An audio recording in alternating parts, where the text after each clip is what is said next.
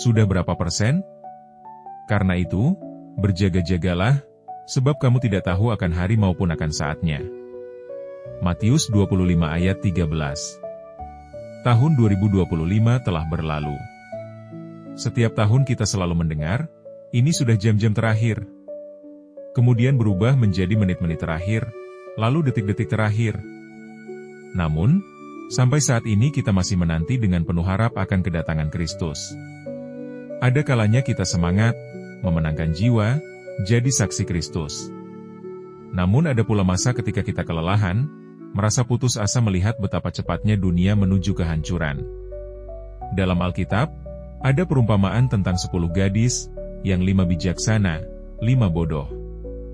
Semuanya mulanya siap dengan lampunya masing-masing. Hanya saja yang 5 menyepelekan perkiraan kedatangan mempelai, dan tidak membawa minyak cadangan.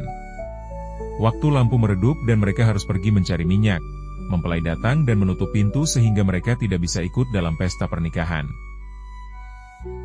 Jika saja perumpamaan ini ditulis tahun 2025, mungkin perumpamaannya bukan lagi lampu, tetapi handphone, dan minyaknya powerbank.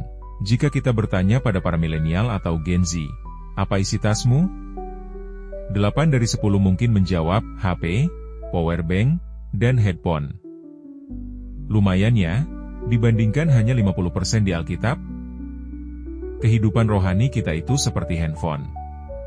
Powerbank rohani kita diisi melalui kedekatan pribadi yang terus-menerus dengan Tuhan lewat firman, doa, dan ketaatan. Headphone dengan noise cancelling bagaikan telinga yang menyaring suara dunia dan fokus pada suara Roh Kudus. Kita pun biasanya tidak sembarang meminjamkan powerbank saat ragu berapa lama kita tidak punya akses ke charger. Seperti gadis-gadis itu, kadang masa penantian kita melalui masa kegelapan. Bisa saat di mana dokter memvonis penyakit tertentu, anak yang memberontak, mata pencaharian yang hilang, pernikahan yang retak, serangan depresi, dan sebagainya. Di saat itulah kita tidak bisa semata-mata meminjam hasil saat teduh teman, memakai damai sejahtera yang muncul dari hubungan intim dengan Tuhan, meski dari sahabat kita sekalipun. Cek tas kita malam ini. Apakah powerbank-nya sudah 100%? Apakah headphone kita sudah tersambung ke suara gembala kita yang baik? Mempelai laki-laki memang rasanya tidak datang-datang, tapi dia pasti datang. Jangan sampai kita kedapatan tanpa lampu, berlari-lari mencari colokan, sedangkan pintu mulai menutup. Untuk bisa menjadi terang buat sesama, kita harus memastikan roh kita punya bahan bakar yang cukup.